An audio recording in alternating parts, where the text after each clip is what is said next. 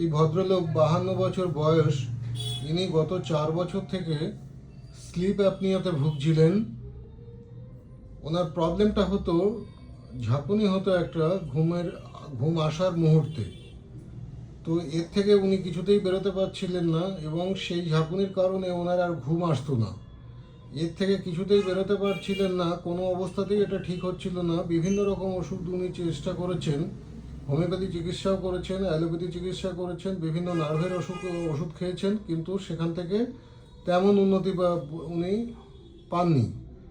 আমার কাছে এসেছিলেন এই 15 দিন আগে, 15 থেকে 20 দিন আগে এসেছিলেন। এই 20 দিন আগে এসে উনি হোমিওপ্যাথি চিকিৎসা করে আমি ওষুধ দিয়েছি। উনি এখন কেমন আছেন আমরা শুনবো। তার আগে শুনে নিই কী কী প্রবলেম হতো, বলুন এবার আমার। সমস্যাটা যখন আমার 2022 সাল থেকে একটা ঘুমের সমস্যা হয়েছিল। সেই সমস্যাটার সময় আমার যখনই ঘুমটা আসতো তখন একটা স্পার্ক হতো, একটা ঝাঁকুনি মতন হতো শরীরের মধ্যে। আমার ঘুমটা আসতেই যেত। আমি অ্যালোপ্যাথি একজন ডক্টরকে দেখিয়েছিলাম। তা উনি ওষুধটা দেওয়ার পরে মোটামুটি কিছুটা কমেছিল। আর অ্যালোপ্যাথি ওষুধটা ঘুমের জন্য আমাকে কন্টিনিউ খেতে হচ্ছিল। তা এই ডাক্তারবাবুর কাছে এসে আমি এর আগেও হোমিওপ্যাথি একজন দেখিয়েছি 2 জায়গায়, সেরকম আমি ইমপ্রুভ পাইনি, মানে কোনো আমি ভালো রেজাল্ট পাইনি।